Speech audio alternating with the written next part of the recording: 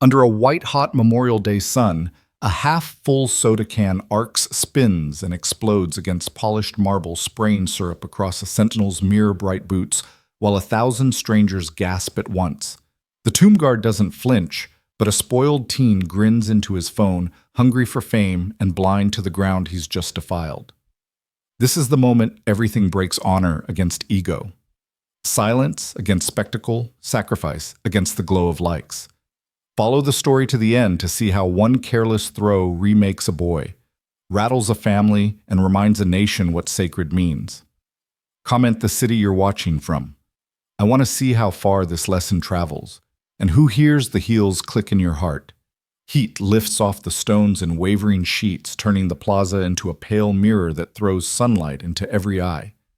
Arlington is quiet in the way cathedrals are quiet, because people choose to be small in the presence of something bigger than themselves. Families cluster along the rope veteran stand with arms folded and hats patched with years. Tourists hold their breath without realizing it.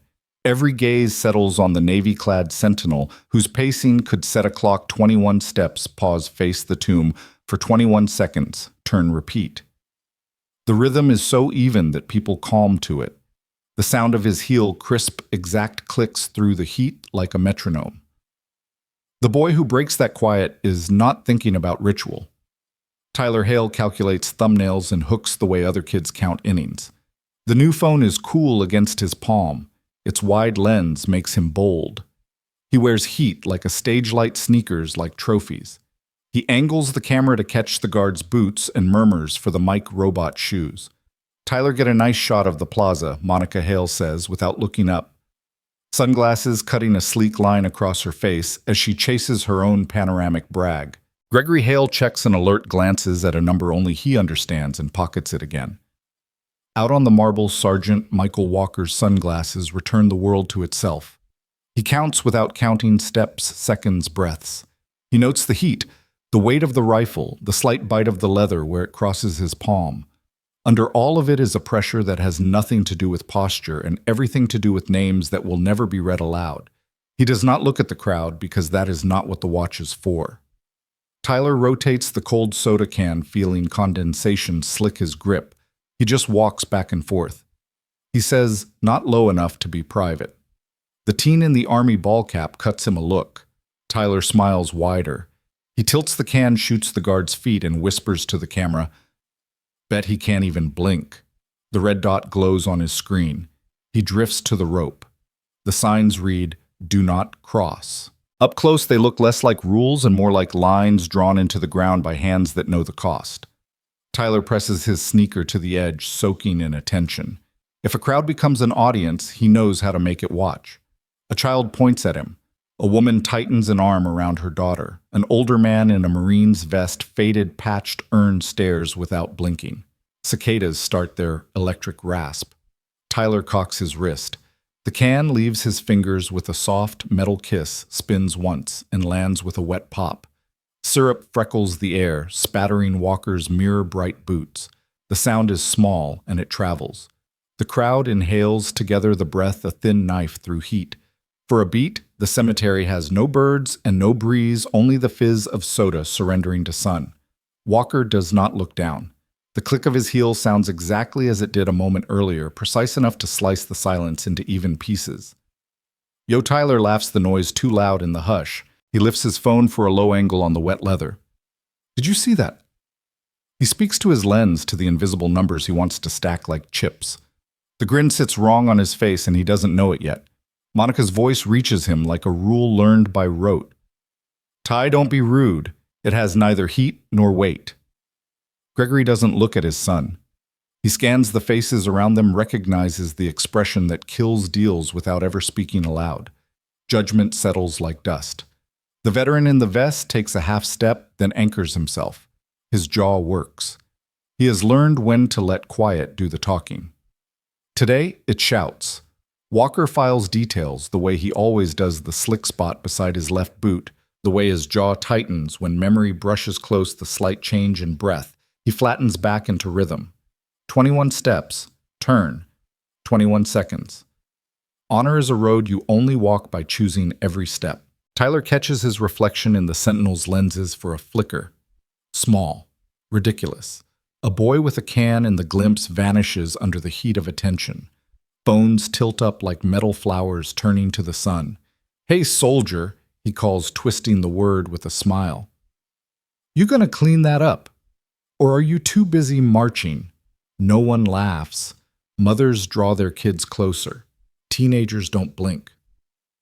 Near the rope, a silver-haired woman with a Marine Corps pin lifts her chin and lets her eyes do the work of a speech. "Do not cross the barrier," a man says, voice flat with authority. Not security yet, just someone who understands lines. Tyler hears it and hears something else, his own dare turning over in his chest. He nudges the rope with his shoe. It quivers like a plucked string. Monica's fingers hover over his sleeve and stop as if touching might break him in a way she can't fix. Tyler enough, she says, fear stitched into the silk of her tone. Gregory finally looks fully at his son. 100 phones capture the angle of his jaw. The soda darkens as it dries. Walker steps through it as if it isn't there, because in the math of this place it isn't. The ritual is the point. The ritual is the answer. His heel clicks, and the sound is identical to every click before. Not even a flinch. Tyler announces louder, pivoting the camera to frame his own grin. Sweat beads like a cheap filter. Statue guards 0 out of 10. His shot sweeps past the tomb's inscription and catches the veteran's eyes wet for a reason Tyler can't name and would not today respect. At the end of his path, Walker turns and faces the tomb. 21 seconds begins. In the hollow place behind his sternum, he sets a memory for safekeeping: a folded flag, a kitchen table, a knock that changed the shape of time. He breathes, and it passes. Duty remains. Tyler vibrates with restless need. He is not built for stillness. He is built for next. "Okay," he says to the lens' new angle. He crouches, makes a show of picking up the can, places it carefully on the marble near the rope, as if he's laying a game piece. He looks at the "Do Not Cross" sign and smirks like a student picking a fight with a test. A girl with a camera around her neck says, "Don't." It isn't a shout. It's the sound of someone who has watched a scene like this play out and hated the ending. The veteran shifts a foot. The silver-haired woman steps half a pace nearer, hands free, ready for something she hopes won't come. Gregory clears his throat. "Ty," he begins, then stalls because authority doesn't feel like his just now. Out here under heat and history, his words lose their suits. Monica tries again, softer. "Sweetheart, back up." Walker's cadence carries him toward the boy, the spill, the rope, and the white seam of distance between them that now feels like a cliff edge. He isn't moving toward Tyler. He is moving because the watch demands motion. The world leans closer to hear what the next click will decide. Tyler looks down at the red record dot. Live viewers tick up. Hearts float on the screen like bubbles. Somewhere a friend types "bro, get closer." Somewhere a stranger types "disgrace." Both push in different directions, and somehow the same one. His fingers tighten on the phone. The cicadas cut off.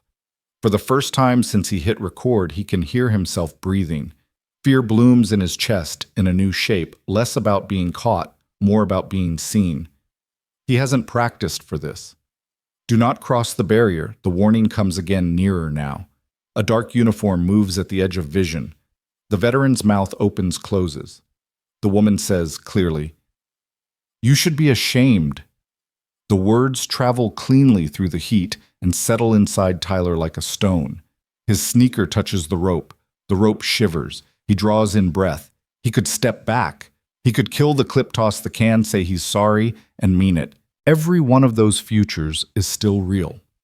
Walker's heel clicks. The sound slices the instant into before and after. Tyler lifts his foot that final half inch. The rope trembles a second time. The air goes weightless, waiting. The rope quivered like it had nerves of its own. 100 people seemed to breathe in at once, but none of them exhaled. Tyler's sneaker hovered above the line that was more than rope. It was memory. It was blood. It was a nation's scar stretched tight. He didn't understand any of that. All he knew was that the glowing red record dot blinked like a dare. Sergeant Michael Walker's boots struck marble with the same measured cadence, but inside his chest something pulled taut. He didn't change pace. He didn't change posture. A tomb guard never does. Yet his eyes behind those mirrored lenses locked for a fraction of a second on the boy's sneaker, then flicked back to the tomb as if nothing in the living world could outweigh what lay in the stone. "Don't," the veteran in the vest said again. His voice didn't rise. It didn't need to. It carried the weight of friends buried only yards away, of nights spent hearing echoes he could never unhear. His arms folded across his chest, and his stare cut harder than any shout. Tyler's phone trembled in his hand, the screen bouncing with comments that scrolled too quickly to read. A dozen laughing emojis. A dozen furious ones. He couldn't tell which fed him more. He smirked, but the smile didn't touch his eyes. Monica's manicured hand darted forward, but Gregory stopped her with a small shake of his head. He wanted this to pass like a storm cloud, embarrassing, inconvenient, gone if you waited long enough. But the cloud was only darkening. Then came the sound that cracked the air like thunder, the soda can tipping over, rolling half a foot and clattering hollow against the marble. Brandon Tyler froze. The sound wasn't loud, but in that sacred hush, it was a shout. Phones tilted in unison. One girl gasped. The silver-haired woman, marine pin flashing in the sun, spoke without hesitation. Shame. Just the one word, low and firm, but it landed heavier than a gavel. Tyler's throat bobbed. The heat that had felt like a spotlight now pressed like punishment. He glanced at his mother. Monica's lips moved silently. Stop. But pride flared in him again, that instinct that had pushed him past every warning since kindergarten. He raised the phone higher, forcing a grin. "Relax," he told the crowd, voice cracking. "It's just a joke." Dana Ruiz, the ranger, whose eyes had tracked him since the first flicker of mischief, stepped forward. She was compact, brown-haired, her uniform crisp despite the heat. Her voice was steady, clipped. "Sir, step back behind the rope." Tyler blinked at her, confused by the sudden authority in her tone. "It's fine," he said. "No harm done." No, Dana replied, locking eyes with him.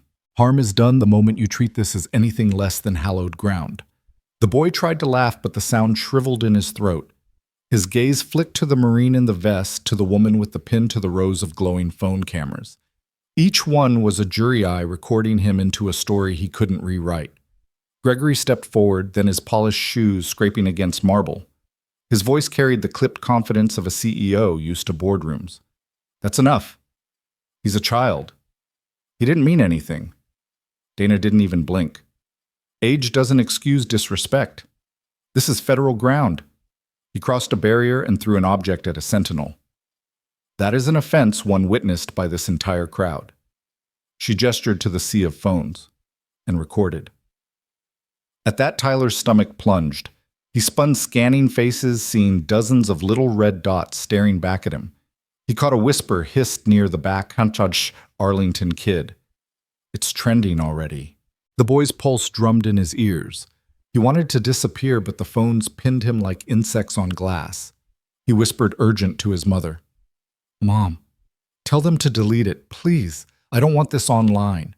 Monica smoothed his shoulder, a useless gesture, her own eyes darting away from the crowd. "We'll handle it," she whispered, though her tone betrayed doubt.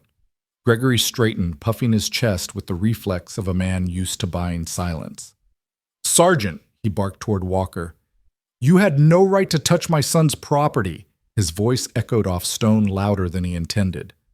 "This will not stand." Walker didn't flinch. He turned on his heel, the ritual resuming as though none of it mattered. His boots clicked, soda stain or not, his back straight, the weight of a nation's dead balanced across his shoulders. Dana's reply came like stone. "Sir, your son committed an assault on a federal officer. You and your family will come with us to the security office." The words rippled through the crowd. A child whispered, "They're in trouble." A veteran muttered, "About time." Phones angled to catch the Hale family framed in disgrace. Tyler's sneakers squeaked against the marble as Dana gestured. Monica's protest cracked. "You can't treat him like a criminal." "Ma'am," Dana said calmly. "Your son treated this memorial like a TikTok set. He's lucky he's walking away with just a conversation." Two uniformed officers appeared, stepping from the shaded path. The air grew heavier. Tyler's knees nearly buckled, and for the first time he felt the real weight of the moment. His phone trembled useless in his hand. They began the walk of shame through the parted crowd. Every step echoed. Every phone camera followed. Tyler stared at the marble floor face, burning whispers cutting sharper than shouts. Behind them, Walker's cadence continued unbroken. The sentinel walked on, proof that some rituals hold steady even when men falter. Inside the shaded arch, the air cooled. The family was ushered through a hallway that smelled of polish and brass. They stopped at a door marked Security Operations. Dana opened it. Inside waited Colonel Linda Harper, silver hair, tight in a bun posture, steel straight. She rose, eyes narrowing. "Mr. Hale," she said, her voice the weight of decades. "Your son committed an assault on a federal officer. This is not a game." Gregory opened his mouth, but she silenced him with a raised hand. "The tomb represents every soldier who gave their life for this country. Your son treated it like a circus act." Tyler collapsed into a chair, heat prickling his neck eyes on the floor. Outside through the stone, the click of Walker's heels carried on. The watch continued steady, eternal. The door to the security room shut with a muted thud, sealing out the murmurs of the crowd and the endless cadence of boots on marble. Inside, the air was cooler but no less heavy. The walls were lined with framed photographs. Sepia portraits of guards, long gone, black and white images of soldiers standing stiff in rain-color prints of snowy winters where the relief carried rifles through storms. The weight of decades clung to the space, pressing down on the Hale family, as if the dead themselves had taken their seats around the table. Colonel Linda Harper remained standing, her back ramrod straight. She didn't need to raise her voice. Her presence filled the room like a drumbeat. "You need to understand the gravity of this," she said. Her gaze swept across Gregory, Monica, and finally Tyler. The boy squirmed under her eyes, his cheeks burning, the phone still clutched in his fist. Gregory bristled. He was a man accustomed to negotiating in high-stakes boardrooms, to snapping his fingers and having lawyers leap forward. He adjusted his tie, then leaned on the table. "Colonel, with respect, this has been blown out of proportion. He's a child. Overzealous maybe, but not malicious." Harper didn't blink. A child old enough to climb a barrier and throw an object at an officer on federal duty. That officer represents not only the tomb, but every unnamed soul buried beneath it. Her eyes flicked to Tyler, who dropped his gaze. Malice or not, the act desecrated the sanctity of this place. Monica tried to bridge the tension, her hand brushing Tyler's arm. "He was just carried away. The internet pushes kids to act out. You've seen it. They all want likes, they all want attention." Her voice wavered, an edge of pleading cutting through the poise she tried to hold. "Then let him earn attention for something worthy." Harper shot back. Her silver hair caught the light from the ceiling vent, gleaming like steel. "Instead, he'll be remembered in headlines." She tapped the phone, resting face down on the table in front of her. "It's already on the news feeds. Entitled Teen Disrespects Tomb Guard." That's who he is now. That's what the world sees. The word sliced through Tyler worse than any punishment. His fingers tightened around his phone until his knuckles whitened. A part of him wanted to smash it on the floor, but the larger part clung to it like a shield, his last connection to the world, where he still thought he had control. Gregory exhaled sharply, pulling his phone from his pocket. Notifications cascaded across the lock screen, text from his PR director, an email flagged urgent from his company's board chairman. His jaw locked. This wasn't just about his son anymore. It was about his name, his empire, the legacy he'd built brick by brick. "Colonel," he said finally, voice low measured, "I need to know how this can be contained. Quietly. Without spectacle." Harper's eyes hardened. "The spectacle was made the moment your son lifted that phone. The silence of this ground was broken when he crossed that rope." She leaned forward, palms pressing flat against the table. "You want it contained? Then understand, this is not just a family embarrassment. This is a federal matter." The door creaked and Dana Ruiz entered, her uniform still immaculate despite the afternoon heat outside. She gave Harper a slight nod before folding her hands behind her back. "Ma'am," she said crisply. "The crowd is dispersed. The guard detail continues uninterrupted." "Thank you," Ranger Harper replied, her tone softening slightly for the first time. "We'll handle matters from here." Dana's eyes flicked to Tyler, who looked away instantly. She remembered the soda splattering against Walker's perfectly pressed trousers, the grin that had died the moment the crowd turned. She didn't speak, but her silence pressed heavier than any lecture. Harper circled the table, her boots clicking softly against the waxed floor. She stopped behind Tyler, her shadow stretching across him.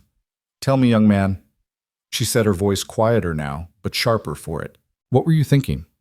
Tyler swallowed his throat dry. He opened his mouth, closed it, then opened it again. It was supposed to be funny," he muttered the words barely audible. "Just a clip. For views." "For views?" Harper repeated, her tone flat. She let the words hang in the air like a bad smell. "And how many of those views do you think will laugh? How many will remember your name as the boy who mocked the unknown dead?" Tyler's stomach knotted. His shoulders slumped, and for the first time he felt tears sting behind his eyes. He blinked them back, determined not to break here, not in front of all of them. Gregory leaned forward again, his voice clipped. "Colonel Shirley, you see this doesn't merit legal consequences. A reprimand, perhaps. A fine. But my son is not a criminal." Harper's gaze snapped to him. The moment he crossed that rope, he became one. That line isn't paint on stone. It is the border between the living and the honored dead. Your son chose to trespass, and when he threw that can, he chose to desecrate. The silence that followed was suffocating. The air vent hummed faintly overhead. Monica finally broke it, her voice small. What happens now?" Harper straightened her arms, folding behind her back in a posture that mirrored Walker's outside. "Now we decide whether this goes to federal court or whether disciplinary action within Arlington suffices. Either way, his name is already written." Tyler's chest tightened. He could still hear the faint buzz of his phone as notifications piled up. Friends, enemies, strangers, every one of them seeing him not as Tyler Hale, but as that kid. His stomach turned. For the first time, Gregory looked less like the confident executive and more like a man cornered. His hand ran down his tie as though he could straighten his way back into control. "Colonel, I'll do what I must to protect my family. But if you think I'll let this ruin us, you're mistaken." Harper's eyes didn't waver. "The truth has already spoken, Mr. Hale. The only question is whether your son will learn from it or whether he will repeat it." The weight of her words lingered as if the walls themselves absorbed them. Outside, faint and steady, Walker's cadence continued, click, click, click, an unbroken rhythm against the storm unraveling inside. The silence after Colonel Harper's words stretched long enough for the hum of the vent to fill the room. Tyler sat rigid in his chair, staring at the polished table as though it could swallow him whole. His phone vibrated once more, the lock screen lighting up with a freeze frame of his own smirk captured at the worst possible moment. A headline scrolled across the preview, "Teen Disrespects Nation's Sacred Guard." He turned the phone face down, bile rising in his throat. Gregory cleared his throat, attempting to reclaim the room. "Colonel, we're all emotional right now. I'd like a moment to confer with my family before we continue this tribunal." His tone was sharp, the practiced command of a man used to running boardrooms, not being chastised in them. But Harper didn't move. "This is not a negotiation, Mr. Hale. You asked for containment. Containment requires honesty first. Without it, nothing will be contained, least of all the truth." Dana Ruiz, standing near the wall, finally spoke. "Sir, I was there. I watched your son cross the rope. I heard the can hit the sentinel. There's no misunderstanding here. Every phone outside caught it. This isn't about opinion. It's about respect broken in front of hundreds of witnesses." Gregory's jaw worked, but Monica placed a hand lightly on his forearm. Her eyes were fixed on Tyler, who had pulled his hoodie strings tighter, shrinking into himself. She whispered, barely audible, "Greg, let's just listen." For a moment, Gregory looked as though he might snap at her too, but the weight in Harper's stare kept him silent. The colonel lowered herself into her chair with slow precision, folding her hands neatly on the table. "You need to hear this from someone who has given her life to protecting what lies beyond that stone." She turned her eyes back to Tyler. "Do you know what the tomb means?" Tyler's lips parted, but no words came. He shifted, pulling at a loose thread on his sleeve. Finally, he muttered, "It's where soldiers are buried." "Not just soldiers," Harper corrected. "Unknown soldiers. Men who died nameless. Men whose mothers never knew where they fell, whose families never had a body to bury. That tomb is their home. That guard out there, he walks, so their memory never fades. And you thought it was content for TikTok. The words landed like blows. Tyler tried to hold her gaze, but shame forced his eyes back down. Gregory shifted in his seat, trying to lighten the mood. Colonel, my son understands now. We'll issue an apology. Make a donation. No? Harper snapped, her voice suddenly sharp enough to cut. This isn't about money. You can't buy back respect. You can't buy back honor. Dana's voice joined in quieter, but no less firm. The crowd outside understood that instantly. They didn't need a lecture. They felt the silence that lives here. For a long moment, the only sound was Tyler's uneven breathing. He felt the walls closing in, felt the cameras in the crowd burning holes into his back, even though they were gone now. He wanted to crawl out of his skin. Finally, Harper stood once more. You will write a statement, she said. Here, now, in your own words. And it will be read aloud on this ground before you leave. Gregory bristled again. That's outrageous. He's a minor. You can't demand. But Harper cut him off with a single raised hand. What I can demand is respect. And if you refuse, I will have no choice but to escalate this to federal authorities. He committed an assault. I am being generous by asking for a public apology before we proceed further. The word assault echoed in the room like a gavel strike. Tyler's chest tightened. He whispered hoarsely, Dad, I can't. Monica leaned toward him, brushing his shoulder. Her voice trembled. Ty listened to her. Please, this could follow you forever. Gregory pressed his palms flat on the table, his composure slipping. Colonel, with all due respect, you're turning a childish prank into a national scandal. Harper's eyes narrowed. It is a national scandal. The tomb of the unknown soldier is not a playground. Every disrespect shown there echoes across the country. That's why it's already on the news. That's why your phone is buzzing with your board's panic. You think this is just about your son.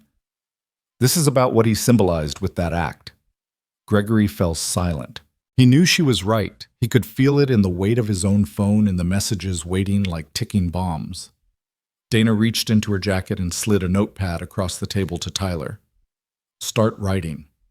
Tyler stared at the blank page. The lines blurred through the tears he hadn't wanted to show.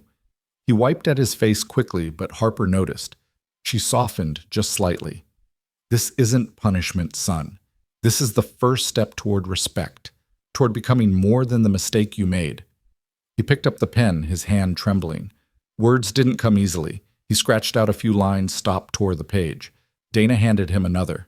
Again he tried. Again the words failed him. Monica leaned close, whispering encouragement. Just say what's in your heart, baby. Forget the cameras. Forget Dad. Just write what you feel. Gregory opened his mouth to interrupt, but Harper silenced him with a look. And so Tyler tried again. The pen scratched slowly across the page. I disrespected the tomb of the unknown soldier. I disrespected the guard who stood there. I disrespected everyone who gave their life for this country. I thought it was a joke, but it wasn't. I'm sorry. His hand froze. He stared at the words, small and clumsy, but true. For the first time all day, the knot in his chest loosened just slightly. Harper nodded once firmly. You'll read it. Outside. With everyone listening, and maybe then you'll understand what it means to walk past those headstones with your head held low. The family sat in silence. The hum of the vent filled the room again. And somewhere outside, steady as always, the click of boots on marble marked time they could not control. The door to the security office opened with a weighty creak, and the family stepped back into the blazing sunlight. The heat hit Tyler first, prickling his skin beneath his hoodie, but it was nothing compared to the heat of hundreds of eyes turning their way. The crowd hadn't dispersed. They lingered, phones still raised, anticipation humming through them like the charge before a storm. Colonel Harper walked out behind the Hales. Her stride measured, her expression hard as granite. In her hand was the sheet of paper Tyler had scribbled on his uneven handwriting stark against the white page. She paused at the edge of the plaza, the tomb visible in the distance, the guard's precise march continuing as though none of this human drama existed. Ladies and gentlemen. Harper's voice carried over the marble with a resonance that silenced the whispers at once. What you witnessed earlier was not just a breach of protocol, It was an act of disrespect to the memory of those who gave their lives for this country. She turned her gaze, landing firmly on Tyler. But this young man has something he wishes to say. The crowd shifted. Some faces were skeptical, others stern.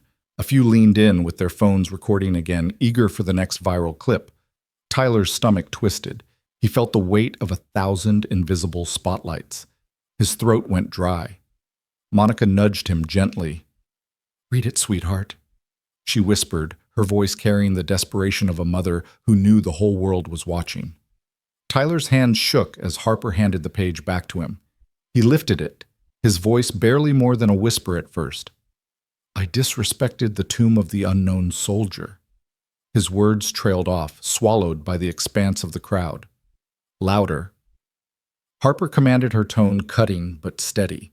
Tyler swallowed hard, his chest rising and falling with shallow breaths. He tried again, his voice cracking but audible. "I disrespected the tomb of the unknown soldier. I disrespected the guard who stood there. I disrespected everyone who gave their life for this country. I thought it was a joke, but it wasn't. I'm sorry." A heavy silence followed. The words hung in the air, brittle but sincere. Tyler felt his cheeks burn not just from embarrassment, but from the crushing truth of what he had done. From the front row, the Marine Corps veteran stepped forward once more, his weathered vest gleaming in the sunlight. He studied Tyler for a long moment before speaking, his voice gravelly but steady. "Son, words are only the beginning. Respect is proven by how you carry yourself after this. Don't ever forget where you stand." Tyler nodded weakly, clutching the paper to his chest like a shield. The crowd rippled with murmurs, some approving, others still doubtful. A few phones lowered at last. But then, as if to puncture the fragile moment, a notification sound cut through the quiet. Someone in the back shouted, "It's already trending. Gosh, Arlington kid just hit 20,000 shares." Tyler flinched. The shame that had started to ease came roaring back. His apology, his humiliation, it was all just more fuel for the fire online. He turned to his mother, panic rising. "They're not going to stop," he whispered harshly. "It doesn't matter what I say, they'll keep posting." Monica's eyes darted around, but she had no answer. She pulled him close, her arms wrapping around his shoulders, though her own face betrayed fear of what awaited them beyond this courtyard. Gregory, however, wasn't done fighting. He stepped forward, his voice booming. "This is enough. My son has apologized. He's done his part. We're leaving." Colonel Harper's eyes snapped to him, the steel in her posture unyielding. "Leaving? Not yet, Mr. Hale. The guard outside still bears the stains of your son's soda. And until respect is restored, you don't walk away." The words sliced through the air, leaving Gregory speechless. Dana Ruiz stepped up beside Harper, her gaze unblinking. "Respect isn't just an apology. It's responsibility. Your son will clean what he damaged. Here. Now." A ripple of approval surged through the crowd. Heads nodded. Someone muttered, "That's fair." Tyler's stomach dropped. "What?" he stammered, his voice cracking. Monica looked horrified. "He's just a child." "He's old enough to disrespect a sentinel," Harper cut in sharply. "He's old enough to make amends." All eyes turned to Nathan, the tomb guard, who had halted his march for the first time since the ordeal began. He stood at rigid attention, his uniform immaculate, except for the faint dark streaks across his polished boots. His face betrayed nothing, but the silence around him deepened, as though even the air waited for his response. Nathan's eyes flicked briefly to Harper, then to Tyler. His voice, when it came, was low, but carried effortlessly. "Let him do it." The words dropped like stones into the silence. Dana moved quickly, producing a cloth and a small canteen of water from the side path where supplies had been kept. She extended them toward Tyler. "You heard him? Show this guard and everyone watching that you understand." Tyler's hand shook as he reached for the cloth. The crowd pressed in closer, phones raised higher, capturing every second. He glanced at his father, silently pleading. Gregory's jaw was clenched tight, but he gave the smallest nod. Slowly, Tyler walked toward Nathan.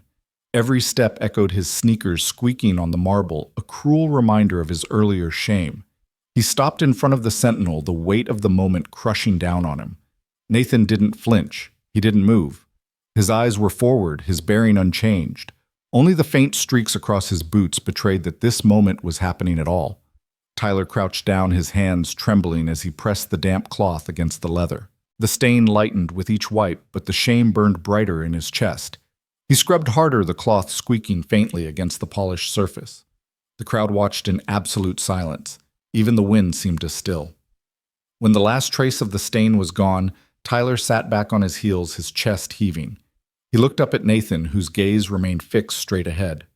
Colonel Harper's voice rang out again. "Now you understand. Respect is not spoken, it is shown." The crowd erupted, some clapping softly, others murmuring in approval. The Marine veteran gave a curt nod. The silver-haired woman beside him dabbed at her eyes. Tyler stood slowly, his legs weak. He had never felt smaller in his life, but for the first time he understood why. The crowd's murmurs hadn't yet died down when Gregory Hale stormed forward, his face flushed with indignation. "This is a spectacle," he shouted, his voice booming across the marble plaza. "You're humiliating my family in front of the entire world. This isn't justice, it's a public shaming." But no one moved to support him. The Marine Corps veteran simply folded his arms across his chest, his gaze sharp as a bayonet. A younger man in the back muttered, "About time someone held people accountable." Phones were still raised, recording every word, every twitch of Gregory's jaw. Colonel Harper remained steady, her posture unmoved. "What you call humiliation, Mr. Hale, others would call accountability. Your son damaged the dignity of this site. He has now begun to repair it. That is the only way forward." Tyler stood off to the side, his cheeks streaked red, the damp cloth still in his hand. He wanted to disappear into the marble, to vanish from every lens pointed his way. His chest felt tight, each breath an effort. Monica moved closer to him, wrapping her arm protectively around his shoulders. "That's enough. He's just a boy." "You've made your point," she said, her voice trembling with equal parts fear and desperation. Dana Ruiz's eyes flicked to her, unyielding. "No, ma'am. The point hasn't been made until it's understood. Not just by him, but by you." Monica flinched, her grip tightening around her son. Gregory's fists clenched, but before he could lash out again, a soft chime rang out from multiple phones. The vibration rolled like a wave across the crowd. Someone pulled their screen closer and read aloud, "It's already on the evening news. Arlington disgrace, local teen shames tomb guard." The words struck Gregory like a blow. His face drained of color. His own phone buzzed next, and when he snatched it from his pocket, the name of his company's chairman lit up the screen. He swiped it away, his jaw hardening. "We're done here," he growled, turning on his heel. "Not yet," Harper said firmly, her tone a command, not a suggestion. "There are consequences. You will remain here until this process is complete." The crowd parted slightly as two uniformed officers stepped forward, their presence unspoken proof that leaving was not an option. Gregory's eyes narrowed, but he stopped moving, trapped between defiance and the looming shadow of authority. Tyler felt every eye still on him. His gaze drifted toward Nathan, who had resumed his march boots clicking with unwavering rhythm. The sight stirred something in him, an envy of the guard's strength, his calm, his absolute control. Tyler clenched the damp cloth tighter, wishing he could march away from this mess with the same kind of dignity. The Marine veteran broke the silence again. "I buried friends here," he said quietly, his voice carrying nonetheless. "This place isn't about you, boy. It's about them, every soldier who didn't come home." He turned his gaze sharply on Gregory. "And every parent who taught their child to stand tall, not spit on sacrifice." The words cut deeper than any official reprimand. Tyler felt his throat tighten. Monica shifted uneasily while Gregory stood rigid, his lips pressed into a thin line. The veteran's words were followed by a tremulous voice from a woman in the crowd. "My father's here," she said, her silver hair catching the sun. "He died in Vietnam. And I'll tell you this, if anyone had disrespected his memory, I'd want them to be held accountable too." She tapped the Marine Corps pin on her lapel, her eyes locking on Tyler with piercing disappointment. Tyler couldn't look back. He stared at the ground, the marble blurred by the heat pressing in on his skin. His legs shook, and for the first time in his life, he wished more than anything to turn back time to be anywhere but here. Colonel Harper gestured to the officers, then looked squarely at Gregory. "You'll accompany us. The matter doesn't end with a cloth and a few words. This is a federal site. We'll review security footage and official reports will be filed." The air thickened. A murmur spread among the onlookers. Phones tilted up again, the story growing heavier with each captured frame. Gregory sputtered. You can't be serious. This is an overreaction. Dana stepped closer, her eyes cold. Your son crossed a restricted barrier, threw an object at a federal officer in uniform, and defiled a national monument. That's not an overreaction, sir. That's a crime. The word crime hung in the air like a hammer about to fall. Tyler's knees buckled slightly. He gripped Monica's arm for support, his heart pounding so loudly he swore everyone around him could hear it. The officers motioned for the family to move toward the shaded archway. The crowd parted again, whispering, filming, recording the long walk of shame. Tyler felt every step as though he were sinking into the marble floor. He tried to shield his face with his sleeve, but the phones caught him anyway.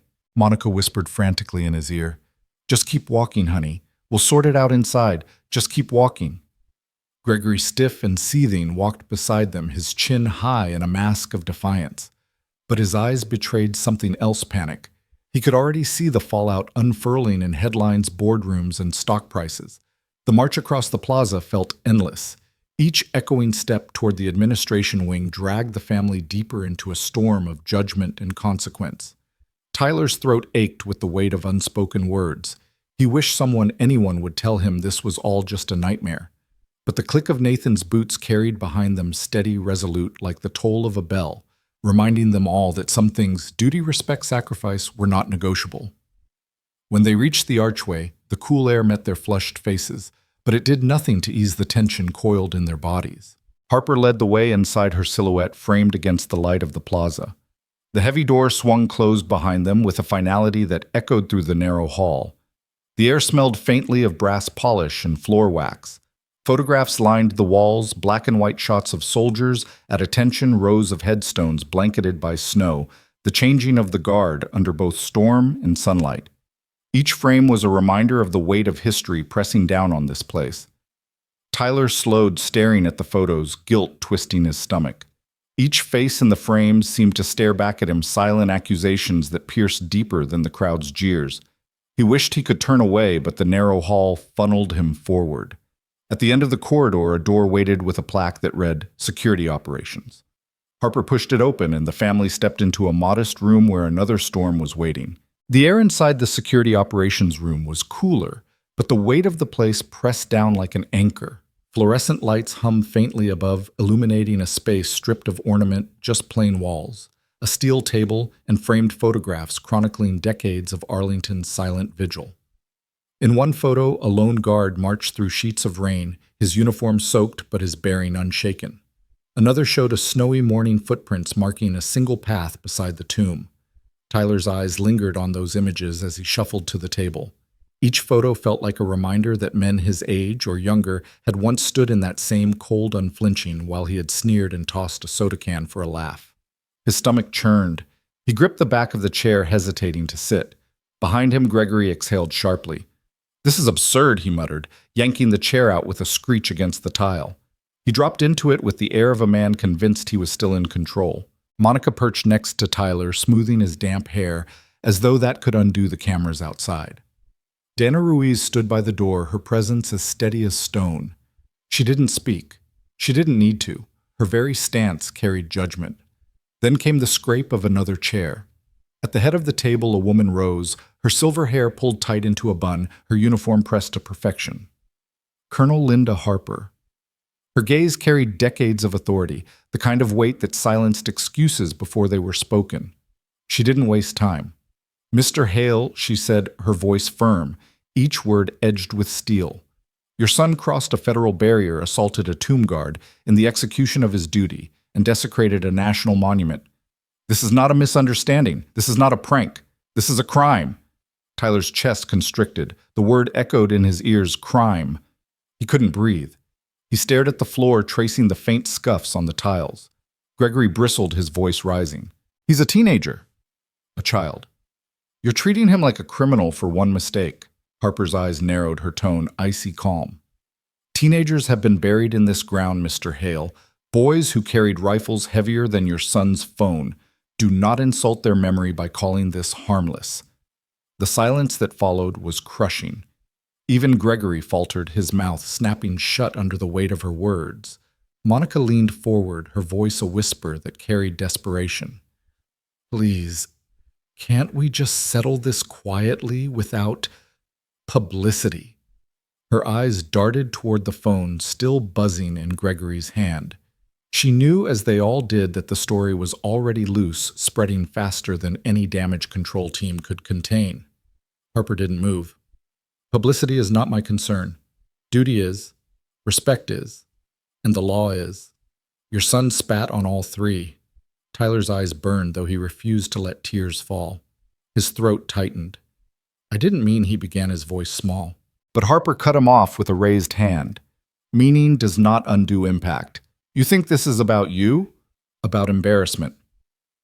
Her gaze bore into him. This is about the men and women who stood their posts until death. This is about sacrifice without name, without recognition. And you treated it like a TikTok stunt. The words hit him harder than the crowd's jeers, harder even than his father's scolding. His head sank lower, his hands clenched tight in his lap nails, biting into skin. Dana finally spoke, her voice clipped but not unkind. Tyler, look at the photographs. She gestured to the walls. Every one of them shows a sentinel who did not break no matter the weather, no matter the hour. Do you understand now what you mocked? Tyler forced himself to raise his eyes. He looked at the rain-soaked guard, at the one marching under a sky heavy with snow, at the endless rows of white headstones beyond them. His chest ached. His voice cracked when he finally whispered, yes. Gregory scoffed. This is theater. You're trying to break him. Harper turned her gaze on Gregory, her patience thinning. No, sir. Life will break him if he doesn't learn what honor means.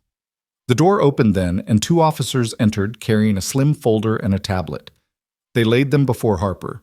She flipped the folder open, scanning a printed incident report. With one hand, she angled the tablet so the Hale family could see. On the screen, footage played grainy but clear. Tyler crossing the rope. Tyler's smirk as he tossed the can.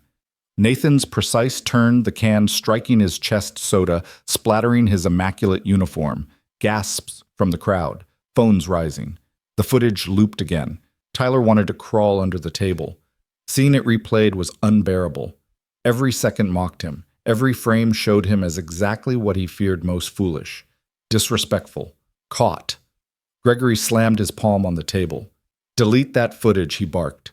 Dana's voice cut through him. That footage is federal property, sir. It will not be deleted. It will be archived.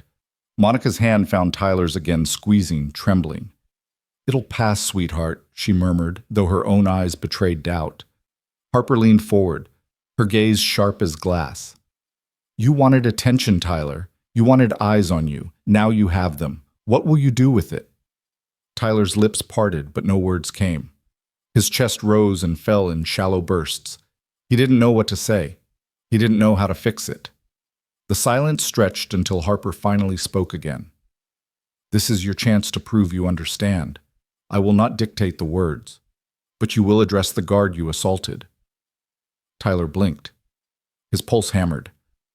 What now? Harper's voice was iron. Now. The officers opened the door. From the corridor, the steady cadence of Nathan's boots echoed closer, each click-click a reminder that the tomb guard's duty continued unbroken, even in this moment. Tyler's stomach twisted. He knew what was coming, and for the first time in his life, the boy who had laughed at discipline, who had smirked at rules, felt utterly terrified of facing the eyes of a man who had given everything to honor those rules.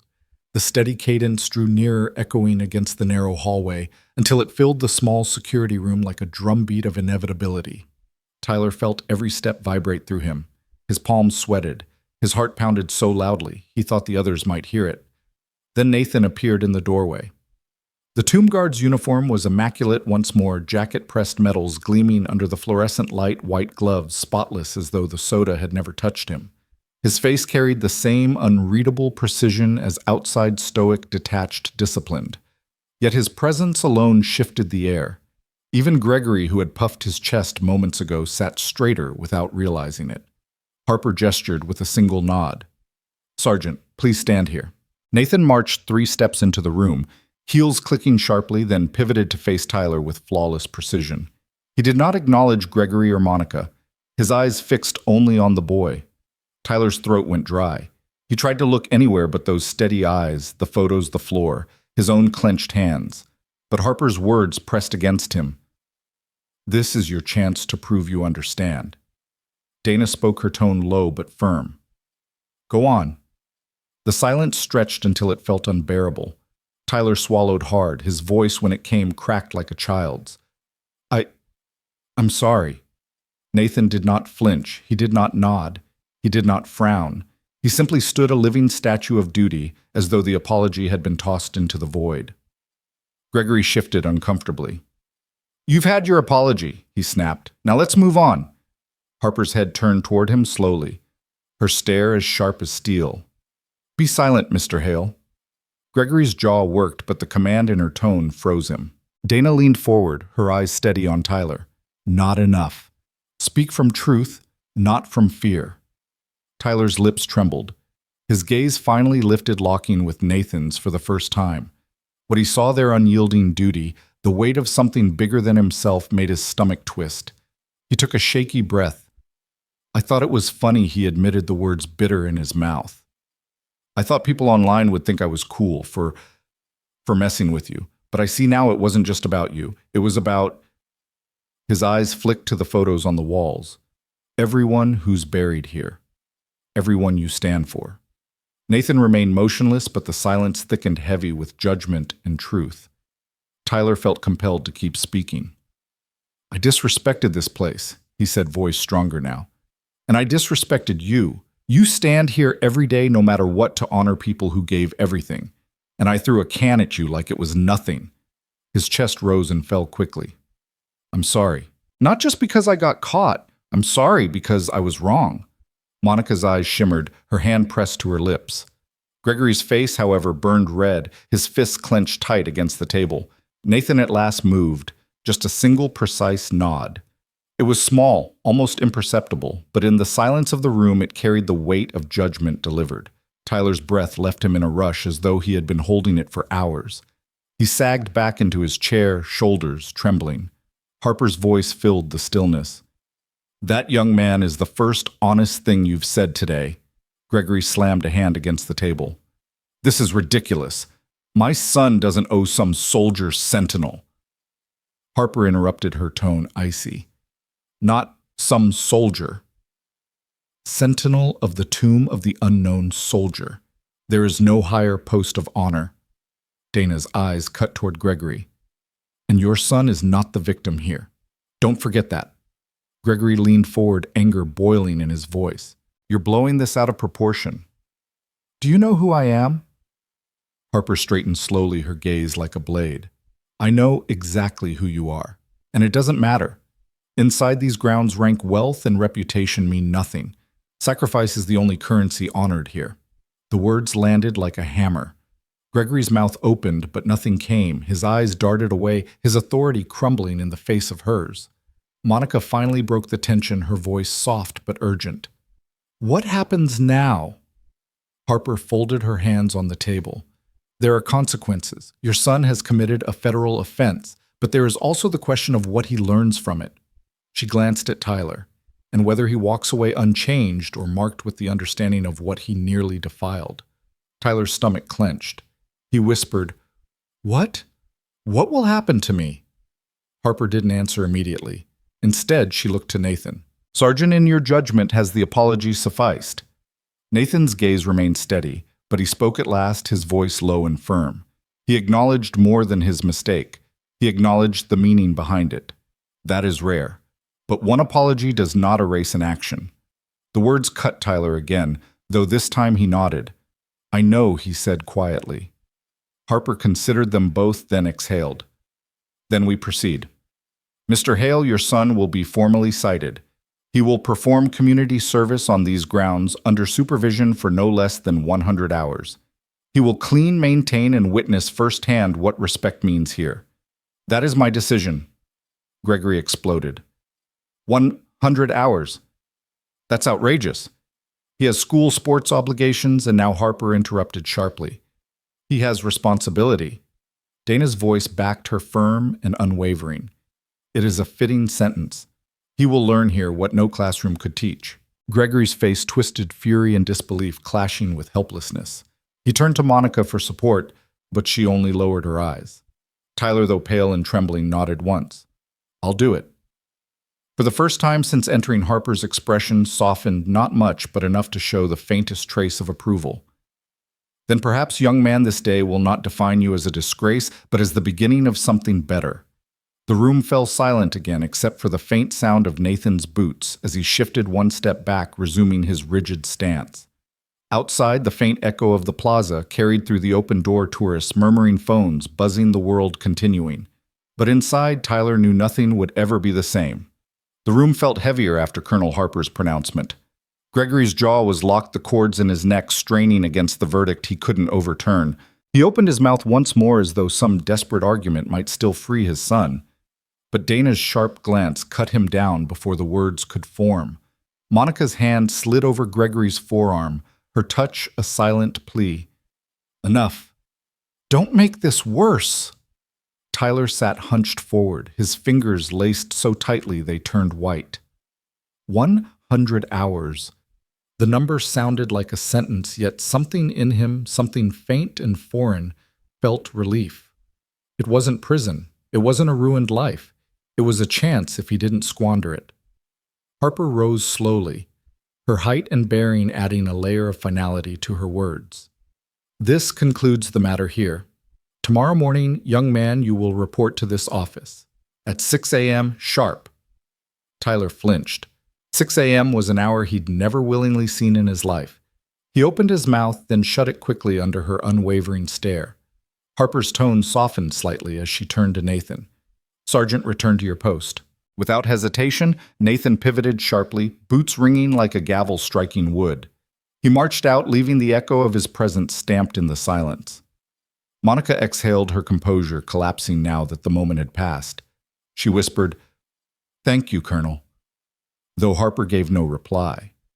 The officers escorted the family down the cool hallway, their footsteps muffled against the polished floor. Outside, sunlight poured in like a spotlight as the heavy doors opened, revealing the crowd still lingering, phones at the ready.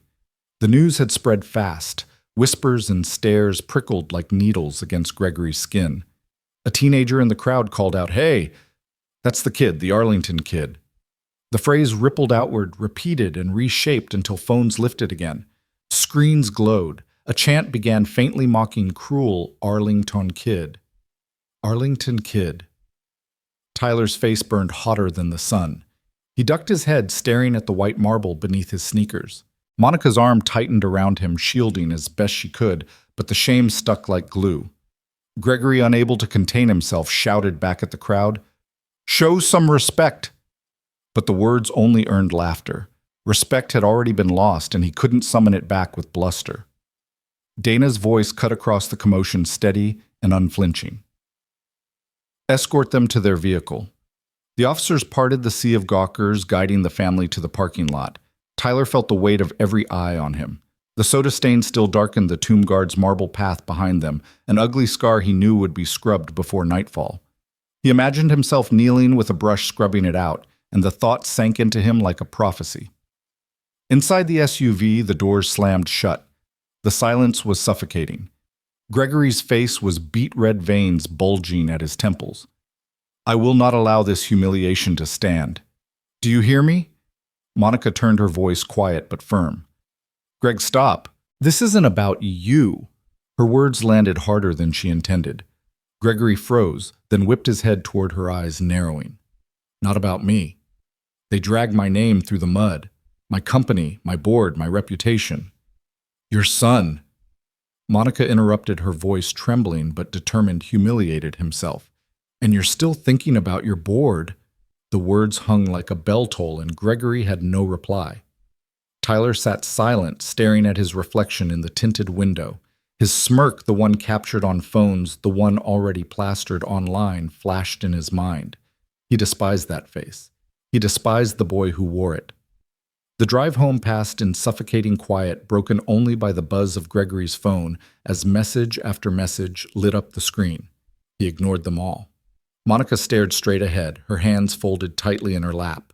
Tyler pressed his forehead to the glass, the outside world blurring past each mile heavier than the last. That night alone in his room, Tyler couldn't escape it. His phone cracked and buzzing lit up with endless notifications. Memes, hashtags, strangers, laughter. He tossed it onto the floor and buried his head in his pillow, but the glow still seeped through the dark. At 2 a.m., when sleep refused to come, he sat up and whispered to himself, "I'll do it. I'll show them I'm not that kid." The next morning came brutally early. The alarm blared at 5:15, and for the first time in his life, Tyler didn't hit snooze. He stumbled out of bed, pulled on old jeans and a t-shirt, and stared at himself in the mirror. The face looking back was pale haunted, but beneath it, a resolve flickered small but real. Downstairs, Monica was already waiting, a thermos of coffee in her hand. She gave him a tired smile. "I'll drive you." Gregory didn't appear. The ride to Arlington was quiet, the streets empty in the pre-dawn gloom. Tyler watched the world slowly wake, orange light creeping across rooftops, and wondered if he was waking too. When they arrived, Dana was waiting at the entrance. She wore no smile, offered no comfort, only a clipboard and a curt nod. "You're on time." "Good. That's the first step." Tyler swallowed hard and followed her inside. The weight of what lay ahead pressed on him heavier than any backpack he had ever carried. The first assignment was simple in theory, brutal in practice. Dana handed Tyler a stiff, bristled brush and pointed toward the white marble steps leading up to the plaza. "Kneel, scrub, every stain you see, no shortcuts." Tyler dropped to his knees, the brush awkward in his hands. The morning chill clung to the stone, seeping into his palms. His muscles screamed after the first half hour, his knees already raw against the unforgiving surface. Every scrape of bristles echoed too loudly in his ears. Dana stood nearby, her arms folded, watching with an expression that betrayed nothing. She wasn't cruel, but she wasn't offering comfort either. She was a wall, silent, unyielding, unmoved by his discomfort. After an hour, Tyler's breaths came heavy. Sweat gathered at the back of his neck, dripping down into his shirt. The marble, spotless to anyone else's eyes, still bore faint traces that Dana insisted weren't gone. "Again," she said flatly whenever he slowed. By mid-morning, the plaza filled with visitors. Families walked past whispering as they noticed him kneeling there, scrubbing like a penitent. Cameras clicked. Some people shook their heads, others nodded with satisfaction. To them, it must have looked like justice. To Tyler, it felt like exposure, like every eye was peeling back the layers of arrogance he'd built. At one point, a boy no older than 10 tugged his mother's sleeve and pointed at Tyler. "Why's he cleaning the ground?" "Mom?" The woman gave a faint smile and whispered, "Because he disrespected it, and now he has to make it right." The words lodged in Tyler's chest like a stone. He kept scrubbing. Hours passed, the sun climbing high. His hands blistered, his arms burned, and still Dana watched without comment. Near noon, Nathan passed by in his precise march. He didn't stop, he didn't look, but the steady rhythm of his boots hammered into Tyler's ears a reminder of what dignity looked like. Finally, Dana checked her watch. "That's enough for today. Be here tomorrow, same time." Tyler pushed himself up, legs trembling. His jeans were stained, his knees bruised, his shirt soaked through. For the first time in years, he felt small, but also lighter. On the ride home, Monica glanced at him from the driver's seat. "How was it?" Tyler let out a breath. "Hard." He paused, then added almost to himself, "But fair." Monica didn't say anything, just reached over and squeezed his shoulder. The days that followed built on that rhythm. Cleaning, sweeping, carrying supplies. Each morning began in silence, Dana's eyes on the clock. Each task tested not just Tyler's body, but his patience. There were no shortcuts, no excuses, no praise, only work. Word of his service spread, though not in ways Gregory liked. Photos appeared online, Arlington kid on cleanup duty. Comment sections filled with laughter and snide remarks. But beneath them, a few voices began to shift. At least he's paying it back. At least he's trying. One afternoon, while Tyler swept along the shaded paths near the endless rows of headstones, an elderly man approached.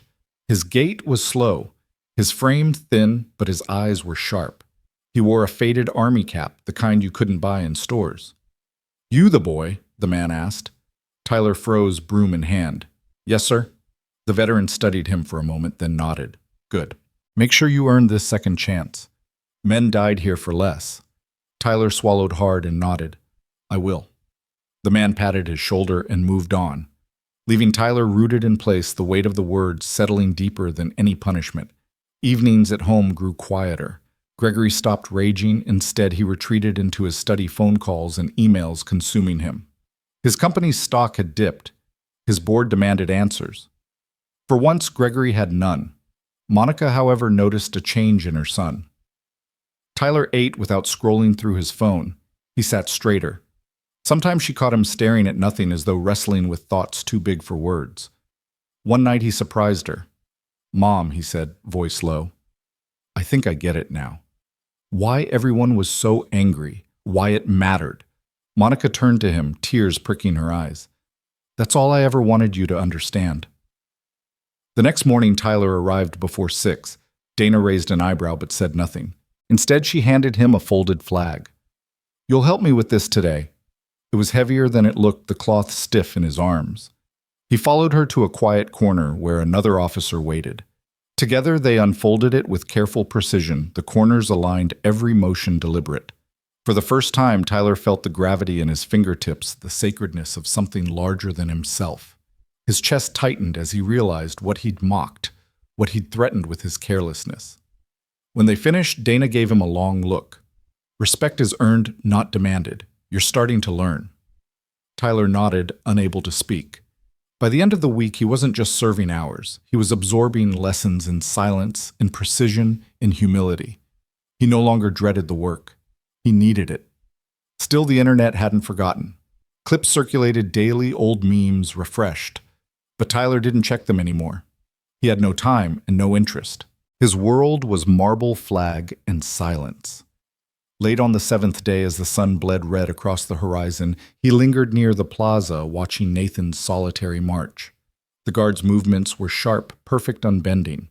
Tyler whispered, I want to be like that, unshaken. And for the first time, the thought didn't feel absurd. Sunday morning dawned cool, the air heavy with a mist that settled over the cemetery like a veil. Tyler arrived early again, his sneakers damp from the dew soaking through the grass as he walked toward the plaza. His backpack bounced lightly against his shoulders, filled with water gloves, and the same stiff-bristled brush Dana had ordered him to carry every day. He reached the edge of the marble platform and paused. The tomb stood ahead, quiet and immovable, its white stone glowing pale in the early light. Nathan's cadence was already echoing across the square boots, clicking with mechanical precision. Tyler lingered, watching the guard's steady march, realizing that not once had the sentinel faltered in rhythm, despite the chaos of the past week. Dana's voice carried from behind. You're early. Tyler turned. She was there in her usual crisp uniform, arms behind her back, expression unreadable. He gave a short nod. I wanted to be. Something flickered in her eyes, approval perhaps, but she didn't show it. Instead, she said, Follow me. She led him to the administration wing. The corridors smelled faintly of wax and polish, lined with black and white photographs of soldiers in all seasons. They stopped before a plain oak door. Dana opened it, gesturing him inside. Colonel Linda Harper sat waiting. Her silver hair was tied neatly, her posture sharp even while seated. Papers were spread across the desk, though she didn't look at them. Her eyes locked on Tyler. Sit, she commanded. He obeyed quickly, lowering himself into the chair. His palms were damp against his jeans. The colonel's voice was low but carried weight. Do you understand why you're here? Tyler hesitated. Because I disrespected the tomb. Because I crossed the line. Harper leaned forward. Not just that. You assaulted a federal officer. You mocked the sacrifice of thousands, and you did it in front of the world. The words landed heavy. Tyler kept his gaze on the floor. I know. I was stupid. I didn't think... You didn't care, Harper cut in. And that's worse than thoughtlessness. Silence stretched between them. Finally, Harper drew a long breath and folded her hands. But I've seen boys like you before. Full of bravado. Empty of humility. Some of them never change. Others, they learn. Which one are you? Tyler's throat tightened. I don't want to be that kid anymore, he whispered. For a long moment, Harper said nothing. Then she glanced at Dana. "You've kept him busy." "Every day," Dana replied. "No shortcuts." Harper gave a single nod. She turned back to Tyler. "There's more to service than cleaning marble. Tomorrow you'll join the team preparing wreaths. You'll handle them with care as if every flower represents a life. Do you understand?" "Yes, ma'am," Tyler said quickly. "Good. Dismissed." Outside, the air felt cooler, lighter somehow. Dana walked beside him but didn't speak until they reached the open plaza again. "You're lucky she even gave you an audience." "Don't waste it." Tyler nodded. "I won't." That afternoon, the task was different. Instead of scrubbing, Dana guided him to a shaded area where several officers arranged wreaths bound in ribbons and florals. The scent of fresh greenery filled the air. Tyler hesitated, then stepped forward to help. His fingers trembled as he tied ribbons, careful not to crush a single petal. Each wreath felt heavier than it looked, as though the memory of sacrifice weighed it down. For the first time, Tyler sensed the fragility of the honor he had mocked, a fragility carried in silence and ceremony. When they were done, Dana spoke quietly. "Tomorrow you'll carry one of these. Don't drop it." That night at home, Gregory barely looked up from his phone as Tyler entered the kitchen. "Where were you?" "Working," Tyler said simply. Gregory scoffed. "You've embarrassed this family enough. You think sweeping sidewalks makes it better?" Tyler met his father's eyes, a flicker of defiance rising. "It's not about better. It's about respect." Gregory's brow furrowed, but before he could reply, Monica placed a hand on Tyler's arm. "Eat something," she said softly, as though to shield him from his father's words. The next morning came clear and bright. Tyler dressed carefully, heart-pounding, as he remembered the colonel's order. At the plaza, Donna handed him a wreath bound with red and blue ribbon. "Walk steady. Don't rush." Tyler lifted it with both hands. It was heavier than he expected, the stems cool against his palms. The plaza was silent. As he crossed it, the crowd watching. He kept his steps measured, matching the solemn cadence of the guard nearby. His eyes burned, but he refused to blink too much. He had to look steady, even if his chest trembled. When he placed the wreath at the base of the stone, a hush spread wider across the visitors. Someone whispered, "That's the boy." But this time the words didn't sting. Tyler bowed his head for a brief moment. When he straightened, he caught Dana's gaze. For once, her lips curved in the faintest trace of approval. Later, while sweeping up remnants near the path, Tyler overheard two strangers talking. "Maybe the kid's learning something," one said. Maybe the other replied. "Takes a lot to stand in the open after falling so low." The words lingered in his mind. For the first time, he felt that redemption wasn't just possible, it was already beginning. The following day, clouds rolled in low and heavy, muting the sunlight into a gray wash over the cemetery. The air smelled faintly of rain, and the marble plaza glistened with a thin sheen of moisture. Tyler stood at the edge of the platform again, his posture straighter than it had been a week earlier. His sneakers were still the same scuffed pair, but the way he carried himself seemed different, as if the weight of the place was finally pressing into his bones. Dana approached from the side, her hat tucked under her arm. "Rain's coming," she remarked, her voice steady. "I don't mind," Tyler answered, his eyes fixed on the tomb. Dana studied him for a long moment before saying, "Neither did the ones who stood here before us. Rain, snow, blazing sun, it makes no difference. That's the meaning of the watch." Tyler nodded. He didn't flinch this time when she handed him a stiff brush. Today, the steps she instructed. The steps leading up to the tomb were wide, the grooves of countless feet worn into their surface.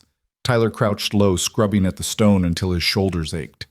Rain began to drizzle a mist at first, then thicker drops that pattered against his back. He kept going, the bristles squeaking over wet marble. A couple paused nearby, watching. The man whispered, "Isn't that the kid from the news?" His wife glanced down, then back up at the tomb. "At least he's working for it." Tyler's ears burned, but he didn't stop. For once, he wanted the crowd to see. He wanted them to notice the sweat the mud splattered on his jeans, the simple work of hands trying to make something right. Hours later, when his arms felt numb, Dana finally said, "That's enough." He straightened, water dripping from his hair. His shirt clung to him cold and damp, but for the first time he didn't feel ashamed under the onlookers' eyes. He felt clean. That evening at home, his mother Monica waited by the window. She had been tracking the storm all afternoon, worried he'd get caught in it. When Tyler stepped inside, soaked and weary, she rushed forward with a towel. "You'll get sick," she scolded gently, draping it over his shoulders. Tyler managed a tired grin. "I'm fine, Mom." She looked into his eyes and saw something different. Less arrogance, more weight. "You're changing," she whispered. He shrugged, embarrassed. "Just trying." Dinner was quiet until Gregory's voice broke it. "So, what's next? They parade you around in the rain until you drop. This family's name is still in the headlines." "Tyler, do you think the board forgets so easily?" Tyler set his fork down. His tone was calm, almost too calm. "It's not about the board. It's about me." "And about them," he added, nodding toward the faint sound of the guard's cadence echoing in his mind. Gregory's jaw tightened, but he said nothing more. The next morning, the rain hadn't stopped. The plaza was slick, reflecting pale light and broken streaks. Tyler returned anyway. Dana was there, but she wasn't alone. Colonel Harper stood beside her umbrella, angled but posture rigid. "You'll join the honor line today," Harper announced. Tyler blinked. "Me? You won't wear the uniform. You won't speak. You'll stand at the far edge while the guard changes, and you will not move until it's over. If you can't manage that, then you've learned nothing." His pulse quickened. "I can." When the ceremony began, he took his place at the edge of the line. Rain streaked down his face, soaking into his collar, but he forced himself still. Nathan approached his steps, echoing rifle-shouldered eyes fixed forward. The guard's boots struck against stone in perfect cadence, and Tyler's chest tightened as he realized how small he felt beside such unwavering discipline. Tourists huddled beneath umbrellas, phones lifted despite the drizzle. Tyler caught a few whispers, some mocking, some sympathetic, but he held still. He didn't dare blink too often, afraid even that would break the silence he was meant to honor. When the change concluded, the plaza remained hushed. Colonel Harper's eyes found his across the distance. She gave a single subtle nod. The pride that swelled in Tyler's chest wasn't the reckless kind he once wore. It was quieter, steadier, like the rain falling around him, relentless but cleansing. That night, lying in bed, he thought about the week before when he'd thrown a soda can and laughed. The memory burned with shame, but now it also carried something else resolve. He whispered into the dark as though to the tomb itself, "I'll do better." And for the first time since the incident began, he believed it. The following weekend, the cemetery grounds were alive with activity. Rows of folding chairs were set up near the plaza, an audience gathering for a wreath-laying ceremony that marked the anniversary of a decisive battle decades earlier. Veterans in wheelchairs, children holding miniature flags, and officials in pressed suits filled the space. The air was thick with reverence, the kind of solemnity that seemed to tighten every voice to a whisper. Tyler arrived early as instructed. His shoes were polished, his jeans replaced by plain slacks, and his shirt neatly tucked in. The nervous energy running through him made his palms sweat despite the crisp air. Dana stood at his side, giving him final instructions. "You won't speak," she said, her voice low but firm. "Your job is to carry the wreath from here to the stand. Walk straight. Don't rush. Don't hesitate. Eyes forward." Tyler nodded, his throat dry. He glanced at the wreath, an elegant circle of roses, lilies, and evergreen branches bound with a ribbon in red, white, and blue. It looked heavier than he imagined, not just in weight, but in meaning. Colonel Harper approached, her silver hair gleaming in the sunlight. "This is not a show," she told him. "It is remembrance. Do not forget that." "I won't," Tyler whispered, his heart pounding. The crowd hushed as the ceremony began. The national anthem rose, sung by a clear, trembling voice of a young girl. Tyler felt goosebumps ripple down his arms. Every eye in the crowd seemed to rest on the tomb, on the guard standing sentinel. When Dana gestured, Tyler stepped forward. The wreath rested heavy in his hands, the stems biting slightly into his palms. His knees felt shaky, but he forced his stride steady. The hush that followed was not hostile this time. It was waiting, watching. Halfway across the plaza, he heard it, a faint murmur, a voice from the crowd. "Isn't that the kid?" Another voice hushed it. "Let him do it." Tyler didn't falter. He placed the wreath carefully onto the stand before the tomb. The flowers brushed against the stone, their fragrance mingling with the damp air. He lingered a half-second too long, his chest swelling with something he couldn't name before stepping back. Applause didn't follow, only silence. A silence deeper than any he had ever felt. Not condemning this time, but honoring. He bowed his head, and for the first time in his life, he felt small in the right way. When the ceremony concluded, he turned to leave. The veterans in the front row regarded him, some with guarded expressions, some with nods that seemed to carry grudging approval.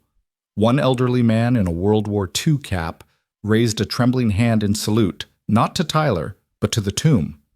Yet Tyler felt the echo of it strike him just the same. Back at the side of the plaza, Donna placed a hand on his shoulder. "You didn't disgrace yourself," she said simply. He released a breath he hadn't realized he was holding. Later at home, his father Gregory was waiting in the living room. His phone rested on the coffee table, its screen filled with headlines and social media chatter. "You made it into the papers again," Gregory said, voice tight. "This time, they're calling it Atonement at Arlington. Some are praising you, others say it's a PR stunt." Tyler bristled. It wasn't a stunt. Gregory's gaze was sharp. Whether you meant it or not, the world sees it as part of the same story. "Do you understand what that means for this family?" Tyler straightened. "It means I finally did something worth being written about." For once, Gregory had no reply. He sank into his chair, his eyes flickering with something Tyler couldn't read. Resentment, perhaps, or a faint spark of recognition. That night, Tyler sat at his desk scrolling through the flood of online comments. Some mocked him still, but many were different people talking about forgiveness, about growth, about second chances. He lingered on one in particular, written by a veteran's widow. Maybe that boy will carry the weight of what he did the rest of his life. If so, good. That weight is what keeps memory alive. Tyler stared at the words, feeling them settle deep. He knew she was right. The following day, he returned to the plaza, not because Dana had told him to, but because he wanted to. Nathan was there marching as always, his cadence sharp against the stone. For the first time, Tyler found himself unconsciously standing straighter, matching his breath to the rhythm of those boots. The guard never looked at him. He never broke stride. And yet Tyler felt acknowledged all the same. The crowd began to disperse, the day sliding toward its end. But Tyler lingered. He traced the path of his own footprints on the wet marble, and he understood something with clarity. His mistake had carved a scar in him, but scars were proof of healing too. As the guard's boots struck again, steady as a drumbeat, Tyler whispered, "I'll carry it." And this time, he meant it. The next week began with gray skies and a steady drizzle that slicked the stone walkways at Arlington. Tyler arrived with Dana again, his steps less hesitant this time, his chin not quite lifted but no longer pinned to his chest. Each time he came back, the weight of that first mistake pressed lighter, replaced by something sturdier, something closer to responsibility. Today wasn't a ceremony, it was training. Dana had arranged for him to shadow a junior officer tasked with escorting visitors and answering questions. It was a quieter duty, but one that required patience and a calm voice. Two things Tyler had rarely possessed. The officer, Lieutenant Carver, was young, maybe mid-20s, with a sharp jawline and a clipped way of speaking that mirrored Dana's discipline. "Stay close, don't answer questions unless you're asked, and watch how I handle people." "Got it." Tyler nodded. They moved together among groups of tourists. Some stopped respectfully at the barriers, whispering questions about the tomb. Others, less aware, fumbled for selfies with their backs to the guard. Carver's responses were precise, polite, but firm. "Please step behind the rope. Out of respect, refrain from loud conversation here." Tyler felt the sting of recognition. He had once been worse than any of them, crossing lines, laughing, mocking. Seeing it now through another's eyes tightened something in his chest. Mid-morning, a school group arrived. Dozens of middle schoolers filed in, their teachers struggling to keep them orderly. Tyler flinched when one boy, lanky and restless, whispered too loudly, "Bet I could make that soldier blink." The teacher shushed him, but the words hung in the air. Tyler remembered his own smirk, the fizz of soda, the reckless defiance. He clenched his fists. Carver turned smoothly to address the group, his voice calm. "The sentinel you see doesn't blink because his focus is complete. That's not easy. It takes training, discipline, and respect." Imagine standing here in rain or snow, midnight or noon for an entire hour without moving. That's what they do. The students quieted. Even the restless boy looked chastened. Tyler exhaled relief, mingling with awe at Carver's steady presence. Afterward, Carver glanced sideways at him. "Saw you tense up back there. You wanted to jump in." Tyler shrugged. "Yeah, I used to be, that kid." Carver studied him. "Then maybe you're the best one to teach him someday." The words stayed with Tyler long after the group left. That afternoon, the drizzle cleared and sunlight pierced through, glinting off the tomb's white marble. Tyler lingered at the edge of the plaza, watching Nathan's relentless march. His boots struck water spots into tiny explosions, droplets scattering like sparks. Tyler felt the rhythm burrow into him, steady, exact, unyielding. Valerie appeared then, her heels clicking softly against the wet stone. She wore her usual tailored elegance, but her eyes carried a storm. "I don't understand what this is, Donna," she said sharply, arms crossed. "My son isn't a soldier. He's not supposed to live under this shadow." Dana met her gaze evenly. "Your son needs to understand what shadow he cast. You may not see it, but he does." Valerie's voice trembled. "I wanted him to be strong, yes, but not broken under the weight of graves." Tyler turned toward her, something raw breaking through his usual quiet. "Mom, I'm not broken. For once in my life, I feel, I don't know, like I'm standing up, not just pretending to." Valerie blinked, startled. Her mouth opened, then closed. She pressed her lips together and for once had no retort. That evening, when Tyler returned home, his father Gregory was waiting. Not with anger this time, but with calculation. The family's dining table was scattered with newspaper clippings, digital printouts of social media commentary, and a thick folder marked Crisis Management. "You're making headlines again," Gregory said. "This time people are calling you a symbol of accountability. Do you understand the potential of that?" Tyler frowned. "I'm not trying to be a symbol. I'm trying to make it right." Gregory leaned forward. "Public perception is power. If we shape this correctly, your mistake becomes the foundation of a redemption story. Investors like redemption stories." The cynical twist of it churned Tyler's stomach. "Dad, this isn't about investors. It's about soldiers who died for this country. It's about me learning to respect that." For the first time, Gregory looked unsettled, as though the ground beneath his control was shifting. His son's voice, steady and unshaken, didn't match the boy he thought he knew. Later that night, Tyler lay awake, listening to the rain restart against his window. His phone buzzed with new notifications, but he ignored them. His mind replayed the day, the schoolboy's smirk, Carver's calm authority, his mother's stunned silence, his father's scheming. Through it all, the sound of Nathan's boots echoed metronomic and sure, marking a beat he couldn't shake. In the dark, Tyler whispered to himself, "I'll keep coming back." And he meant it. The following Saturday, the air at Arlington was thick with summer heat, the kind that pressed on skin and slowed every breath.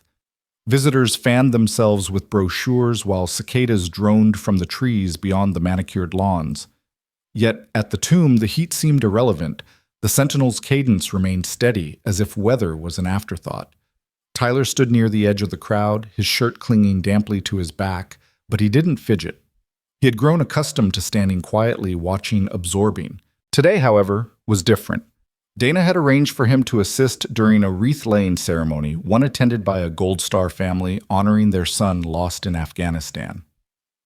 As the family approached, silence fell across the plaza. A mother clutched a folded flag against her chest, her husband steadying her with one hand. Their daughter carried the wreath of red and white flowers, her face solemn. Dana gestured subtly, and Tyler stepped forward to hold open the rope barrier. His palms felt clammy, but he straightened, determined not to falter. The family passed through their grief like a wave that washed over him. When the wreath was set against the base of the tomb, the mother whispered something Tyler couldn't hear. He caught only the tremor in her voice and the way she touched the marble gently, as though speaking to her son across time. The crowd was hushed, reverent. Tyler swallowed hard, his throat tight. This wasn't a lesson in rules or discipline. It was the raw heart of what the tomb represented. Every step he'd taken toward understanding slammed into focus in that moment. After the ceremony, Dana placed a hand lightly on his shoulder. You see now why silence matters here. Tyler nodded, blinking back heat that wasn't from the sun. I do. Nearby, Gregory Hale watched. He had arrived late, uninvited, his suit jacket already damp with sweat, but his eyes weren't on the family or the tomb, they were on his son. He studied Tyler's posture, the way he held himself with respect. There was no trace of arrogance now, no smirk, only gravity. When the crowd dispersed, Gregory approached. Tyler, he said, his voice lower than usual. You carried yourself well. Tyler turned wary. This isn't about carrying myself. It's about them, he said, nodding toward the Gold Star family retreating slowly down the path. Gregory exhaled, rubbing his temple. I know, but you have to realize people are watching. Every move you make here is magnified. Tyler bristled. I don't care about people watching. I care about not making the same mistake again. For once, Gregory had no sharp comeback. He only stared as though seeing his son for the first time in years. That evening, after returning home, Valerie cornered Gregory in the kitchen. Her voice trembled with frustration. Can't you see what this is doing to him? He's changing. Gregory poured himself a glass of scotch. Exactly. And if we're smart, we can turn that change into something beneficial. Imagine the headlines, Heir of Hale Corporation redeems himself through service. The board would love it. Valerie's expression darkened. This isn't a marketing campaign. He's our son. For once, let him be more than your strategy. Gregory stiffened, but her words struck something deep. He turned away, unwilling to answer. Meanwhile, Tyler sat upstairs at his desk phone untouched. He was sketching. Rough pencil lines formed the outline of the tomb Nathan's silhouette marching in front of it. He shaded carefully, pressing harder where the boots struck the marble. The act of drawing steadied him. Each line felt like an anchor, each shadow like a confession. As night fell, he pinned the sketch to his wall. Beneath it, he wrote 2 words in block letters, never again. Sleep came fitfully. He dreamed of the mother at the tomb whispering to her son. He dreamed of Nathan's boots echoing forever down a corridor with no end. And when he woke, sweat damp on his pillow, he whispered again the promise he had made in the dark nights before, I'll keep coming back. He meant it more than ever. Sunday morning dawned gray, the sky heavy with the threat of rain. The stone paths of Arlington glistened faintly from a night mist, and the air carried a damp coolness that sank into skin. Tyler arrived early, long before the crowds, his sneakers whispering across the gravel. He didn't need Dana to remind him anymore. He came on his own, drawn to the silence. Nathan was already there, pacing his eternal line, his boots clicking against the marble with the same unwavering cadence. To Tyler, it sounded less like footsteps now, and more like a heartbeat. He stood quietly until Dana appeared from the administration wing, her uniform crisp, her expression unreadable. "You're early," she observed. "I wanted to see it without all the people," Tyler replied. "It feels different." Dana studied him, then gave a faint nod. "That's how you know you're starting to understand." The sky broke open in a sudden drizzle. Rain pattered against marble, darkening the guard's path. Nathan didn't falter. He didn't quicken, didn't shield himself. His movements remained exact as if the storm were nothing but air. Tyler felt the chill seep into his shirt, but he didn't move either. He let the rain soak him, his eyes fixed on the sentinel's ritual. From behind he heard voices. Gregory and Valerie had come, umbrellas raised. Gregory looked irritated, as though the weather were a personal inconvenience. "Tyler," he called sharply. "You'll catch cold standing out here." Tyler turned his head, water dripping down his cheek. "So, he doesn't stop," he said, pointing to Nathan. "Why should I?" Gregory's jaw worked, but Valerie touched his arm. "Let him be," she murmured. They moved under the colonnade for cover, watching. A small crowd gathered despite the rain, tourists with hoods pulled up, veterans with rain-darkened caps. Phones came out recording the surreal image, a drenched sentinel refusing to yield to the weather. Tyler noticed their cameras and felt a pang in his chest. He remembered too vividly what it meant to be on the wrong side of a lens. But today the cameras weren't mocking, they were reverent. The drizzle thickened into a downpour. Water sheeted across the marble, splashing up from Nathan's boots. Tyler shivered but stood straighter. His breath came heavier, but he didn't look away. Dana leaned close, her voice low so only he could hear. This is what resilience looks like. You don't learn it in comfort. You learn it here in the storm. For a long stretch, no one spoke. Only the hiss of rain and the sentinel's relentless cadence filled the air. Finally, the storm eased, clouds thinned light filtering through in silvery rays. Nathan's uniform clung to him, soaked but impeccable, his movements still perfect. The crowd broke into quiet applause, soft, respectful. Tyler felt the sound resonate in his chest. He looked at Dana. How can he do that? Not even blink when it's pouring. She gave a rare half smile. Because he's not thinking of himself. He's thinking of the ones who can't stand guard anymore. Tyler swallowed hard, his throat tight. He turned back to Nathan, the sentinel, who never faltered, and whispered, I get it now. Later, back in the security office, Gregory cornered Dana. How much longer does this go on? My son has obligations, school activities, responsibilities. He can't spend his life haunting cemeteries. Dana fixed him with a steady gaze. He's learning lessons here that you never taught him. Maybe you should ask yourself why he wants to be here more than anywhere else. Gregory bristled. He's a Hale. He belongs in boardrooms, not in the mud under a soldier's boots. Valerie's voice cut in sharply. Enough, Gregory. She rarely contradicted him, but now her eyes blazed. Don't you see? This place is saving him. Gregory opened his mouth, then closed it. For the first time, his confidence faltered. That night, Tyler lay awake listening to the patter of rain against his window. In his mind, he replayed Nathan's march through the storm, the applause, Dana's words. He whispered into the dark, almost like a prayer, I won't stop either. And he meant it. The following weekend brought sunlight sharp and golden across the rows of marble headstones. The air was cooler, touched with early autumn, carrying the scent of fallen leaves drifting from the oaks. Crowds were heavier weekend tourists, moving with a mix of awe and chatter. Tyler stood among them, shoulder-squared face, more resolute than anyone in his family had ever seen. Dana was beside him, guiding but not coddling. She handed him a small folded cloth, an armband dark and plain. Wear this today, she said. Tyler frowned, unfolding it. What is it? A symbol, Dana replied. Not official, not ceremonial, but when veterans see it, they'll know you're here to learn, not to mock. He slipped it on the fabric snug around his arm. It felt heavier than it should. As the guard change began, silence swept through the crowd. The crisp click of heels echoed like gunfire across the plaza. Nathan marched with the same deliberate grace, his eyes forward, his rifle gleaming in the sun. Every muscle in his frame seemed carved from duty itself. Tyler's heart thudded. He glanced sideways. Gregory and Valerie had come again. His father's face was drawn, tight lips pressed into a thin line. His mother's expression was softer, hopeful, but anxious.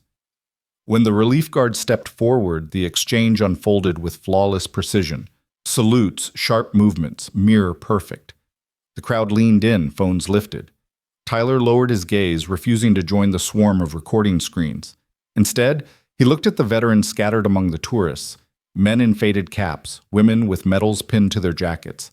Their eyes weren't on their phones. Their eyes were wet, shining fixed on the living embodiment of respect before them. After the ceremony, Dana guided Tyler forward closer to the barrier rope. A veteran with a cane nodded at him, seeing the armband. You here to learn, son? Tyler straightened. Yes, sir. The man's mouth curved into a faint smile. Good. Then remember, this ain't theater. It's a promise. The words seared into Tyler. He nodded firmly, whispering, I will. Gregory's voice broke the moment, low but sharp. Are we finished yet, Tyler? You've stood long enough. Valerie's hand tightened on Gregory's arm. No. Let him stand. The family tension was thick, but Tyler ignored it. His focus stayed on the sentinel's unbroken march. The rhythm pulled at something inside him, steadying his breath, calming the restless energy that usually twisted in his chest. When the guard passed directly in front of him, Tyler felt the soldier's presence like a weight pressing down. Nathan's gaze didn't flicker, but somehow Tyler felt seen, judged, measured. Dana leaned close. That look you just got. That's not for the crowd. That's for you. It's the weight of responsibility. The words sank deep. For the first time in his young life, Tyler understood what it meant to be accountable, not just to parents or teachers, but to something larger. As the day wore on, murmurs spread through the crowd. News outlets had picked up the earlier video again, weaving it into longer stories about youth and respect. Tyler's smirk with the soda can was now a meme. Side by side, new clips surfaced, Tyler silent and solemn at the barrier, drenched in rain, wearing the armband. The contrast was striking. Comments filled with judgment began to shift. Some still mocked, but others softened. Maybe he's learning. Maybe he gets it now. Back home that evening, Tyler sat at the kitchen table with his phone face down. Gregory paced the room, agitated. "We'll never escape this. My colleagues are whispering. The board wants answers. Our name is dirt." Valerie looked at her son, then back at her husband. "Our name might be dirt to them, but maybe Tyler's name will stand for something better." Gregory scoffed, but he had no retort. Tyler finally lifted his phone, scrolling through the newest flood of comments. One caught his eye. "Everyone deserves a second chance. Let's see if he earns it." He set the phone aside and whispered more to himself than anyone I'm going to. The promise wasn't loud.